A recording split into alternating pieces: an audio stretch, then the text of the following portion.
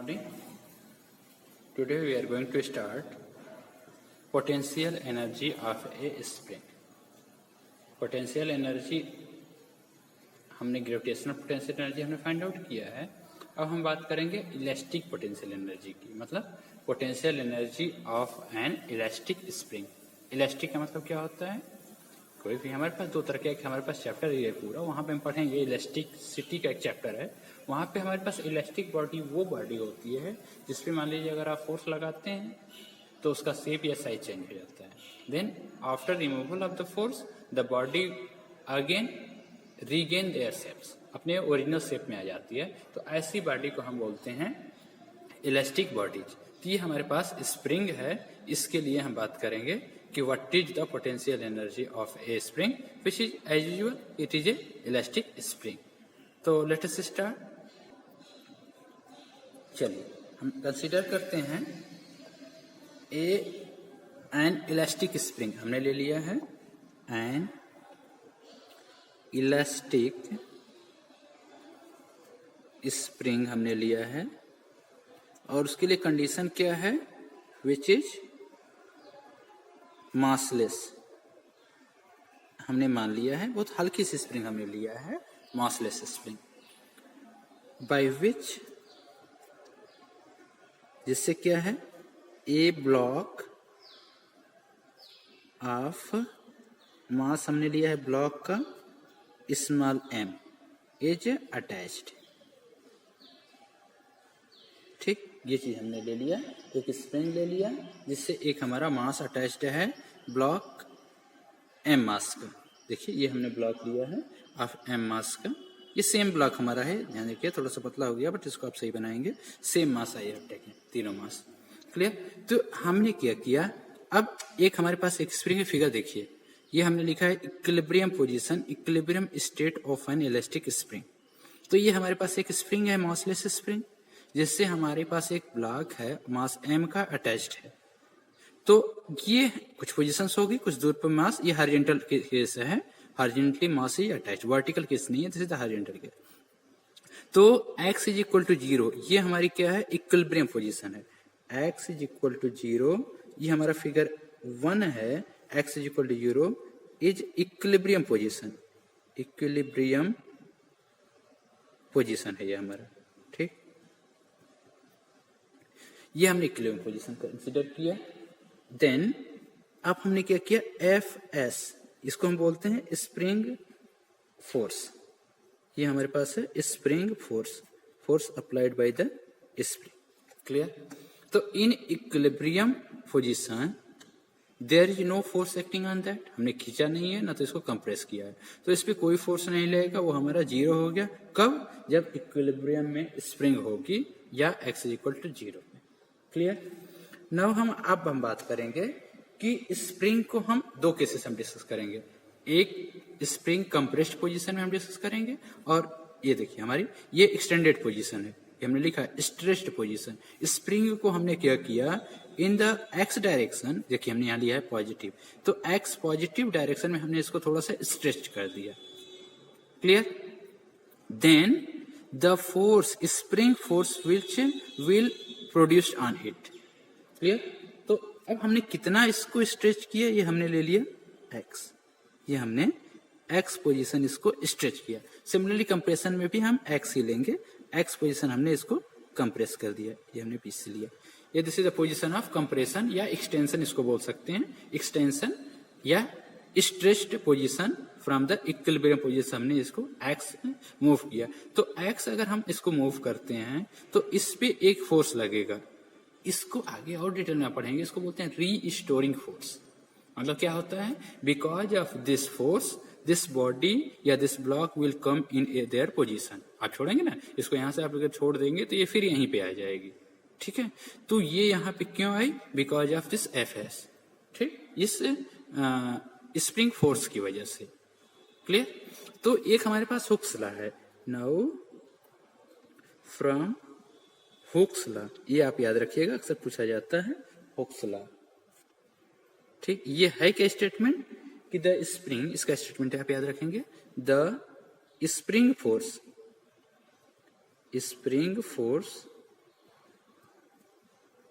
Fs is proportional to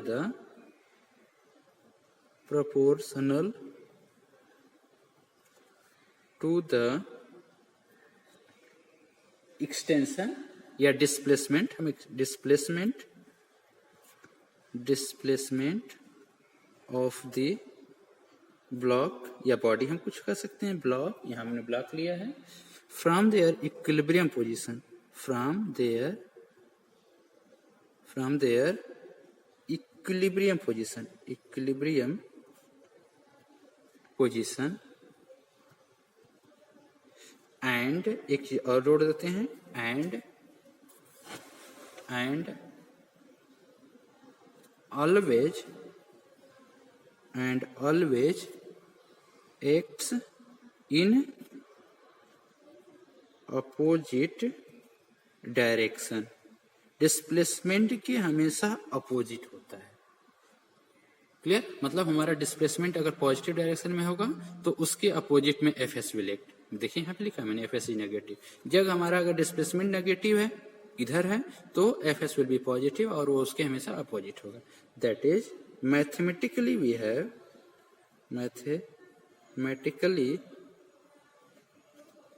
we can write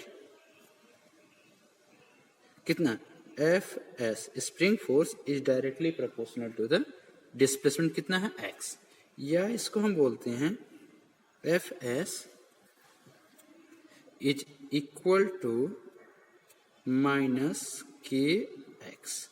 this is equation number 1। और where अब के बारे में जान लें, के is constant of proportionality, constant of proportionality is known as spring constant, इसको बोलते हैं spring constant, is known as the spring constant, which is the property of the spring, which is, इसके बारे में थोड़ा सा देख देते हैं, which is property of spring. ठीक, अगर डिफाइन करना हो, एक डिफिनेशन पूछता है तो के बराबर कितना हो जाएगा, एफ एस अपन एक्स, मतलब स्प्रिंग फोर्स पर यूनिट एक्सटेंशन या स्प्रिंग फोर्स अपन एक्सटेंशन या displacement is known as the spring constant. तो वो चीज आप सोच सकते हैं, फॉर विच इज लार्ज, इसका वैल्यू क्या होता है, large for hard spring, hard या स्टिफ बोलते हैं, स्टिफ या हार्ड स्प्रिंग के लिए इसका वैल्यू ज्यादा होता है, एंड स्मॉल, इसका स्मॉल वैल्यू होता है फॉर सॉफ्ट स्प्रिंग। अगर हमारे पास सॉफ्ट स्प्रिंग है तो इसका वैल्यू कम होता है। ठीक है, तो दिस इज अबाउट दैट। और यहाँ पे नेगेटिव साइन में हमने लिखा है, तो नेगेटिव साइन के बारे में भी लिख सकते हैं, and negative sign shows fs and x are opposite to each other. So this is about that. चलिए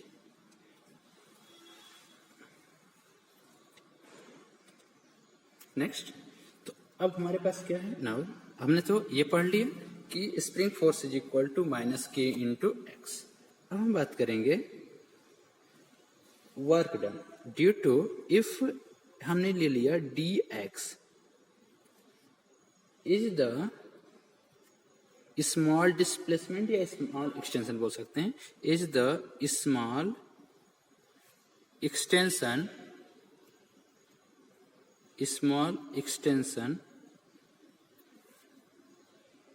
due to spring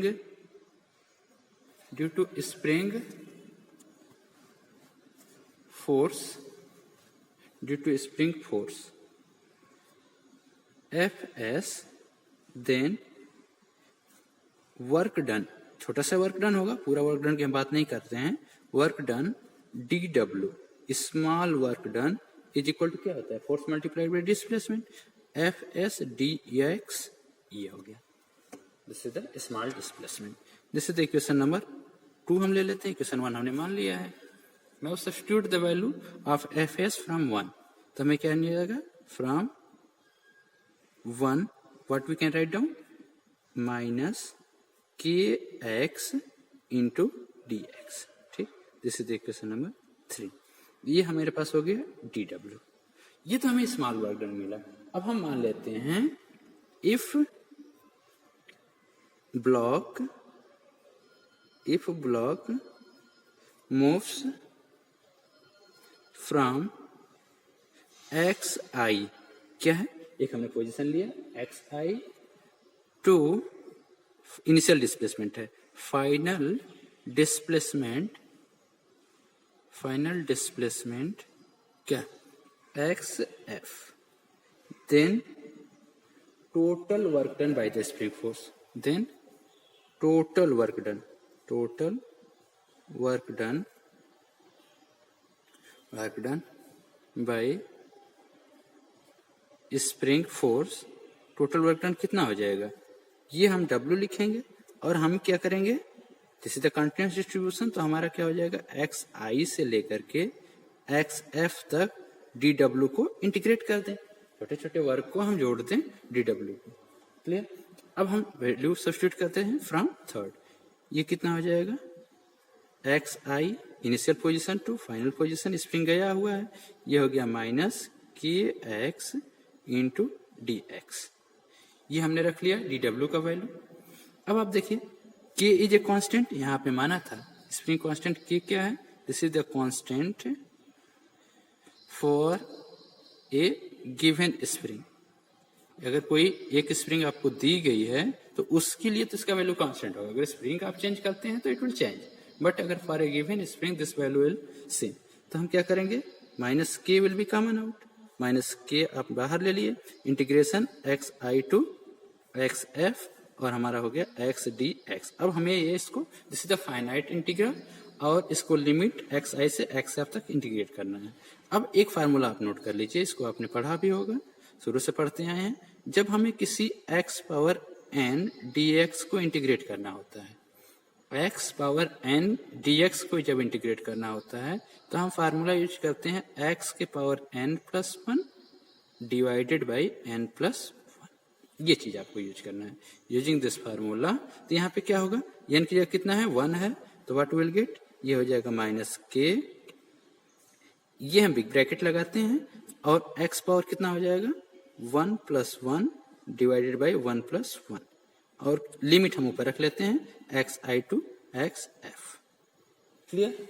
अब देखिए ये कितना हो गया, माइनस के, और ये आपका 2 हो जाएगा, this will B x square upon 2, और ये लिमिट का रूल है कि जब हमारी लिमिट होती है, आप याद रखिएगा, थोड़ा सा इसको भी समझ लेते हैं, यही आपको बता दे रहे हैं कि मान लीजिए हमारे पास एक रूल होता है कि एक, मान लीजिए कोई इंटीग्रेशन है a से b तक, इसको लिमिट में इंटीग्रेट करना है, और हमारे पास कोई फंक्शन है F x D x, clear. ये कुछ भी हो सकता है, एक्स पावर एन हो सकता है, एक्स स्क्वायर हो सकता है, एक्स क्यूब हो सकता है, साइन एक्स हो सकता है, कुछ भी हो सकता है। तो जब मान लेते हैं कि अगर इसका रूल ये होता है कि जब मान लीजिए इसका हम जब इंटीग्रेशन करते हैं तो मान लीजिए आ गया कैपिटल एफ एक्स, जैसे मान लीजिए एक्स क्यूब होता तो कितना आ जाता है, एक्स पावर 4 अपॉन 4 आ जाए, तो ये हमारा एक्स पावर 4 पावर 4 रखते। अब हम क्या करते हैं, लिमिट आई द टिस यहाँ रखते हैं, क्लियर। अब इसका रूल ये है कि जो भी यहाँ वैल्यू आया है, जो वैल्यू एक्स है, एक्स को किससे रिप्लेस करना पड़ेगा, बी में, तो पहले हम लिखते हैं एफ ऑफ बी, ठीक है। मान लीजिए यहाँ पे एक्स स्क्वायर अपॉन 2 होता तो हम क्या करते हैं, बी स्क्वायर अपॉन 2 हो जाता, एक्स की जगह हमें रखना है बी, और फिर माइनस रखते हैं, पहले अपर लिमिट का रखते हैं वैल्यू, फिर x की जगह हम a रखते हैं, और फिर दोनों का वैल्यू, एफ भी क्या है, प्रोडक्ट नहीं है, this is the value of the function, ये मैथ्स में आप पढ़ेंगे, value of the function f x for x is equal to b, and this is the value of the function for x is equal to a। तो हमारा x is equal to ये हमारा rule होता है actually. तो this rule को हम apply करके और यहाँ पे रखेंगे, तो यहाँ हमारा क्या हो जाएगा, माइनस के, अपॉन 2 इज अ कांस्टेंट, तो 2 बाहर आप रख सकते हैं, कोई प्रॉब्लम नहीं होगी। अब हमारा अपर लिमिट रखना है, तो x की जगह रखेंगे तो ये हो जाएगा एक्स एफ का स्क्वायर माइनस एक्स आई का स्क्वायर। कोई वैल्यू नहीं है, अगर मान लीजिए यहाँ पे 5 होता तो हम 5 रख लेते, 5 का स्क्वायर रख लेते, यहाँ पे 3 होता तो यहाँ तक का 3 का स्क्वायर रख लेते, तो ऐसे करते तो ये हमारा कोई वैल्यू नहीं है, दिस इज द सिंबल, तो हम इसको ऐसे रखेंगे। या वर्क डन, एक थोड़ा सा सिंबल यूज कर लीजिए, यहाँ एस लगा लेंगे थोड़ा सा और अच्छा, यहाँ एस यूज कर लीजिए, work done due to the spring, ठीक, या work done by the spring, ये सिंबल थोड़ा सा और आसान रहेगा। This is the therefore work done by the spring, ये कितना हो जाएगा, हाफ माइनस, इसको सॉल्व करिए तो ये माइनस हाफ के एफ एक्स एफ स्क्वायर, ये माइनस माइनस प्लस हो जाएगा, हाफ के एक्स आई स्क्वायर, ठीक। या इसको लिख सकते हैं, पॉजिटिव पहले लिख लीजिए, हाफ के एक्स आई स्क्वायर माइनस हाफ के एक्स एफ का स्क्वायर, ठीक है। के आप हमेशा मेनली यूज करिएगा small k for the spring constant, तो इससे कंफ्यूज नहीं होगा, this is the small f. This is the net work done by the spring for a displacement from x I to x, इसको हमने equation number 4 ले लिया, this is equation number 4, इसको हम चलिए, तो ये हमारा एक इंपॉर्टेंट इक्वेशन होगा, work done by an spring, an elastic spring when it displaces from a position xi to the position xf is equal to half k spring constant into xi square minus half k xf square. Now we are going to some particular cases. चलिए, तो particularly हम देख लेते हैं, particular cases हम देखते हैं।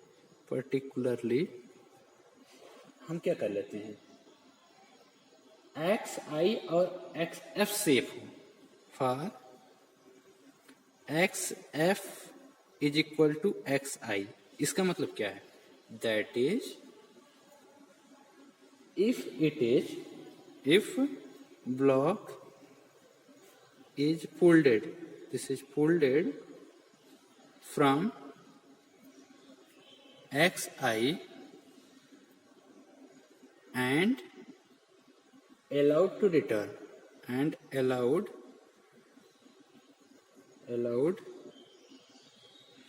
to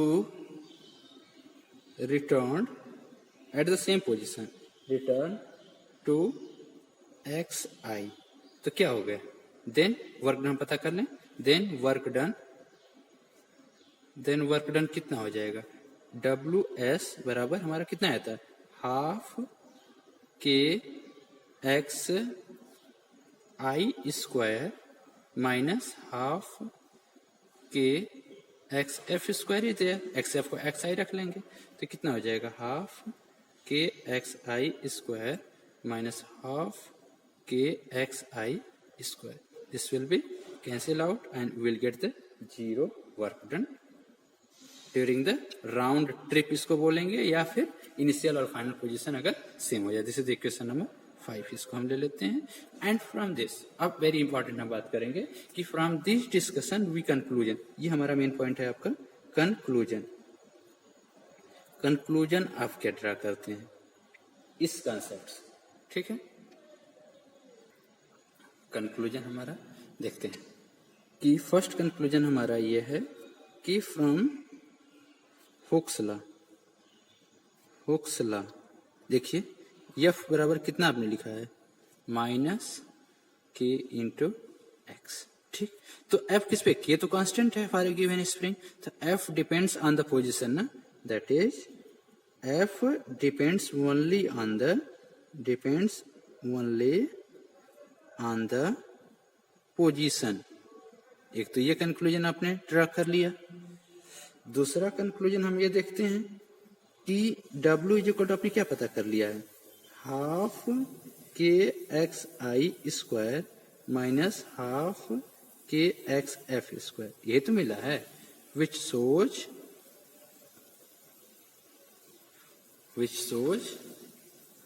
work done depends only on initial and final position. ये तो हो रहा है बीच के किसी पोजीशंस पे, पाथ पे डिपेंड नहीं कर रहा है। क्लियर? ये तो हमारा ये भी हो गया। थर्ड कंक्लूजन अगर हम देखना चाहें, in case of a cyclic process, in case of cyclic process मतलब यही जो आपने अभी केस डिस्कस किया है कि इनिशियल और फाइनल पोजीशन अगर सेम हो, तो in case of cyclic position WS कितना आ रहा है? 0। अब ये तीनों से आपका कंक्लूजन, यही तो आपने डिफिनेशन पढ़ा है in case of A conservative force. These three clear that from this which conclude that, इसका कंक्लूजन क्या मिला? conclude that स्प्रिंग फोर्स, जो आपका स्प्रिंग फोर्स है, क्यों? Spring force is a conservative force. ये मीन आपका कंक्लूजन हो गया कि आपने ये प्रूफ कर दिया कि स्प्रिंग फोर्स जो होता है वह आपका कंजर्वेटिव फोर्स होता है। कैसे? क्योंकि वर्क डन साइक्लिक प्रोसेस में 0 है, इसकी वजह से ये इनिशियल और फाइनल पोजीशन पे डिपेंड करता है। ठीक, और ये सिर्फ पोजीशंस पे डिपेंड करता है। तो दिस इज अबाउट दैट। अब हम बात करेंगे अबाउट द पोटेंशियल एनर्जी के बारे में। तो चलिए हम देखते हैं आगे। हमारे पास ये है दिस वर्क डन, जो भी आपने वर्क डन निकाला है, दिस वर्क डन, कौन सा वर्क डन? वर्क डन जो आपने W बराबर लिया है कौन सा? हाफ के XI² minus half K XF²। ठीक, is will stored in spring, जो भी आपको वर्क डन करना पड़ा, stored in the spring as potential energy. ठीक, potential energy. Clear? Hence potential energy of the spring, hence potential, this is equal to the work done, potential energy of the spring, इसको हम symbol use कर रहे हैं U। ठीक, is equal to कितना हो जाएगा? W के बराबर। ठीक, या तो एक चीज और समझ सकते हैं थोड़ा सा आप, क्या ये पोजीशंस क्या है कि XI से X से F तक इसको आपने मूव कराया, तो XI से XF अगर आपने मूव कराया है तो इसमें कुछ वर्क डन आपको करना पड़ेगा। This work done will be stored in the energy. ये क्या किया? इसकी एनर्जी को चेंज किया है, ये चीज आपको देना पड़ेगा। Change, hence change in potential energy, hence यहाँ पे चेंज वर्ड यूज कर ले तो और अच्छा होगा। Change in potential energy of the spring, और ये किसके बराबर होगा? वर्क डन के बराबर। और ये किसके बराबर होगा? चेंज इन पोटेंशियल एनर्जी कितना हो गया आपको? हाफ के XI² minus half K XF²। ठीक, इसको अंडरलाइन कर लेते हैं। This is very important formula. इसकी पर्टिकुलर केस हम डिस्कस करेंगे, that is the very important thing.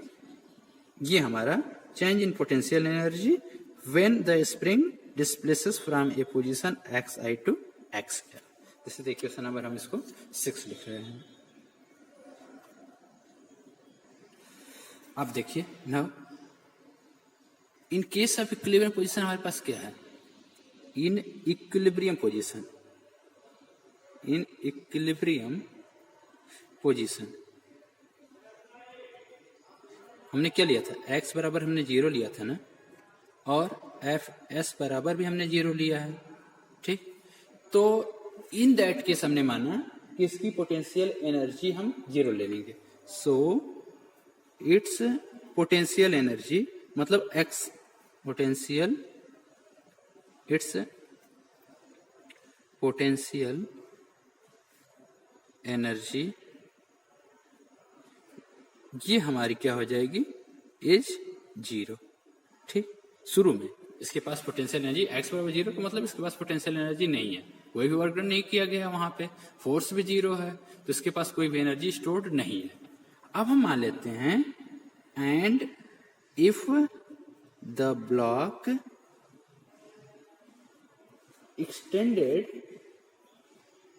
extended to x, ठीक, हमारा वही है, एक्स आई की जगह हमने क्या लिया, एक्स वाई 0 लिया और एक्स की जगह हमारा एक्स हो गया। देन हम मान लेते हैं पोटेंशियल एनर्जी इसकी क्या है, पोटेंशियल एनर्जी इसकी है, एनर्जी कितनी है, हम यू एक्स एक सिंबल यूज कर ले रहे हैं। ये हो गया हमारा, ये एजम्पशन हो गया कि शुरू में ये हमारा U x is equal to 0 के लिए ये हमने 0 ले लिया, ठीक। अब हमारा यू एक्स पता करना है। देन चेंज कितना होगा, change in potential energy. Change हमेशा कैसे निकालते हैं, फाइनल में से इनिशियल को घटा देते हैं, ठीक। और ये कितना हो जाएगा, is equal to U x, ठीक। अब चेंज अभी आपने देखा था फ्रॉम इक्वेशन 5, फ्रॉम इक्वेशन 5 से आपके पास है नाउ फ्रॉम 6 फ्रॉम इक्वेशन 6, इसको हम क्या लिख सकते हैं, ये हो जाएगा आपका यू एक्स बराबर हाफ के एक्स आई, ये एक्स स्क्वायर माइनस हाफ के, और ये 0 पोजीशन हो गया, ये 0 हो गया, तो this will be equal to, ये आपका कितना हो जाएगा, this will be half k into x square. ये this is the very important relation, और मेन आपको यही याद रखना है। This is equation number 7, this is the required expression for a, इसको ब्रैकेट में आप रख लीजिए। This is very important relation, required potential energy of a spring, which is the potential energy, which is the required, which is the required potential energy of an elastic spring of spring constant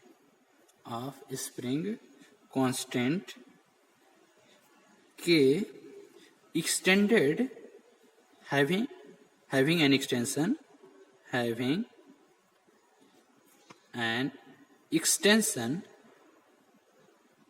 x, ठीक है, ये आपका important है। तो this is all about the potential energy of a spring.